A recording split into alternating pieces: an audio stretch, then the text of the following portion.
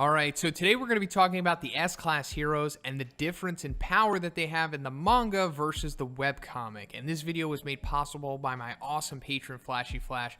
Thank you so much for your support, my friend, and I hope this is good enough for what you wanted.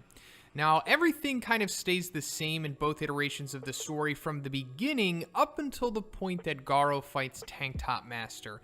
After that point, things begin to drastically change in the manga and greatly expand upon the story, also giving much more feats to the S-Class heroes than what they have in the webcomic. Now, also, we're only going to be comparing webcomic and manga stuff, so that means I'm not going to go into spoiler territory for this video, so don't worry about that. Puri Prisoner. So in the webcomic, after he loses to Deep Sea King, he basically just goes on to lose to Garo, and then that's pretty much all that we get of him. So in the manga, all of the stuff that happens in between that is new and supplements to his character, meaning that when he defeats Free Hugger, when he defeats that fodder demon monster that is allegedly as strong as Deep Sea King, at least according to Murata, as well as him defeating Vacuuma and his mixed results against Neon and him defeating the Smelly Lid prisoners as well. That is all new stuff, meaning that also the power-ups that he gets is like the implied training or just growth that he had after his encounter with Deep Sea King, his bristle armor, and his vibration abilities. That is all new stuff. So Puri Prisoner has greatly benefited from the manga's adaptation of the webcomic, and I think he's gone from like a demon to probably like a certified dragon right now. Tank Top Master, unfortunately, this guy doesn't get any growth in the webcomic or the manga, meaning that after he loses to Garo, which basically plays out the same way as it does in both versions of the story, he just doesn't really do anything else. I mean, even in the bonus chapters that we get of him, like when we see him try to foil Dr. Pufoy's plans of reconstructing the Hero Association, that really doesn't do him any favors either. So he's pretty much around the same level of power in both iterations of the story. I really hope that this guy does get expanded upon in the future, but whenever that happens, it's honestly up in the air. Metal Bat. So in the webcomic, the only real feats that he has is when he's going against Melzergard and all of the stuff that he does in that fight, and aside from that, he's never really touched on again, meaning that in the manga, when we see him take out those two demons in Senior Centipede and Raffleseedon, as well as the Tigers before that, and his awesome performance against Elder Centipede, which is kind of underrated in my opinion, as well as his fight against Garo, that is all new stuff in the manga, meaning that Metal Bat has also benefited from the adaptation, and he's probably went from, I don't know, he was really ambiguous of his power in the webcomic, so I guess maybe he was considered like a demon, and now he's like, you know, like a full-blown dragon with seemingly limitless power, allegedly. Genos. So his continuity in the webcomic is pretty interesting because he does fight G4 and does get the upgrades from him and then fights Sonic, but then he goes on to fight Garo still in his G4 form, which obviously doesn't play out in the manga. We see EC Genos take him on. And he still gets the compliment from Garo about how he's very fast and just as strong as Tank Top Master. But he also goes on to lose his arm. It's implied by Royal Ripper at that point. So everything that happens with Genos, like him fighting those demons in the invasion, you know, during the martial arts tournament, as well as him taking on Elder Centipede, and recently with his whole Daedric upgrades and him taking out the true form of G5, that's all new stuff. So Genos also kind of, you know, had some favors from the manga, and I would say that he was probably like a demon for sure in the webcomic as well, and now, I mean, judging from the implications of his Daedric power, I guess he's a dragon as well. Flashy Flash. So this guy doesn't really have much feats in the webcomic, you know, at least up to currently what the manga story has reached. In fact, like all of the stuff that we see him do against Hellfire and Gale doesn't happen because he originally fights the Hot Rod brothers, which is like the webcomic equivalent of them. They're just like two like robot dudes, and he easily decapitates them. There's no full-blown long drawn-out fight in epic fashion the way that we see in chapters 95 and 96. And then after that, he does encounter Saitama, which really shows his speed, but it kind of plays out the same with, you know, Saitama easily evading him and catching his blade, and then all of that minecart stuff is new to the manga. So Flashy Flash, up until this point, I don't know, was maybe like a dragon still, considering that he was able to take out those two seemingly demons pretty easily. Watchdog Man. So Watchdog Man just has no feats in the webcomic. He's hardly ever in it. So like when we see him go against Garo in the manga and in the anime, that's pretty much all we got on him. So I guess I guess he's a demon in the webcomic, considering we don't know anything about him. So the manga, I guess, really represents that he's very likely to be Dragon. Super Early Darkshine. So in the webcomic, he only really has one defining feat so far, at least as far as the manga has reached in the story, and that is when he one-shots Bug God. It was impressive then, and it's still impressive now. And then other things that the manga supplements is like when we see him clap that parasite monster, as well as like shaking that train car around like a baseball bat, and just like running through those monsters and making them explode, and like touching them and making them explode. Very impressive stuff, with further shows that he's like super powerful, which I think the manga does a way better job of representing. Now he does fight Garo, but we have yet to see that play out in the manga, so I can't really touch on it right now. But I would say that he was probably a dragon in the webcomic, and he's definitely a dragon now. Pig God. So he doesn't really do much in the webcomic. I mean, he does eat the Great Food Tub, who is a much different character in the webcomic. He's kind of just like this regular dude that kind of looks pig-like, I suppose, but in the manga he's like that giant bearded dragon type monster. And then he goes on to fight Gums, who he, doesn't have a really good time against in the webcomic either. So it's, still showing that he's still pretty powerful, that he can tussle with a cadre. And then the things that really supplement his power in the manga, I guess, is when he eats Eyesight, who is, like a demon. So I would say Pig God probably kind of stays the same.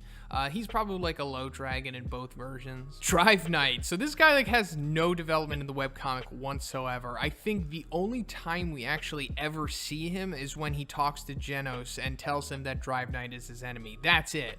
So that means like when we see him take out those fodder monsters back in season 2, when he reveals that he has his horse form, that's all new stuff. And of course that means like when he shows up and takes out Neon, shows all of his ultra powerful transformations and everything that he's capable of, that is of course new and much needed development on him. So, it's unknown how powerful he was in the webcomic, but for sure right now he's like Dragon towards the higher end of that spectrum. Zombie Man. So he more or less has the same feats in both the webcomic and the manga, mainly when he goes against Pure Blood and Homeless Emperor, except his fight against Pure Blood is greatly expanded upon and done so much better, obviously, in the manga, as well as just all of Chapter 101 when we see him take care of all those fodders beforehand. That's all new stuff. It just gets us to see more of him and more of his arsenal, like those huge, crazy, powerful bullets that he uses against Pure Blood. That's new stuff. His swords are new stuff. We only really saw him with an axe beforehand.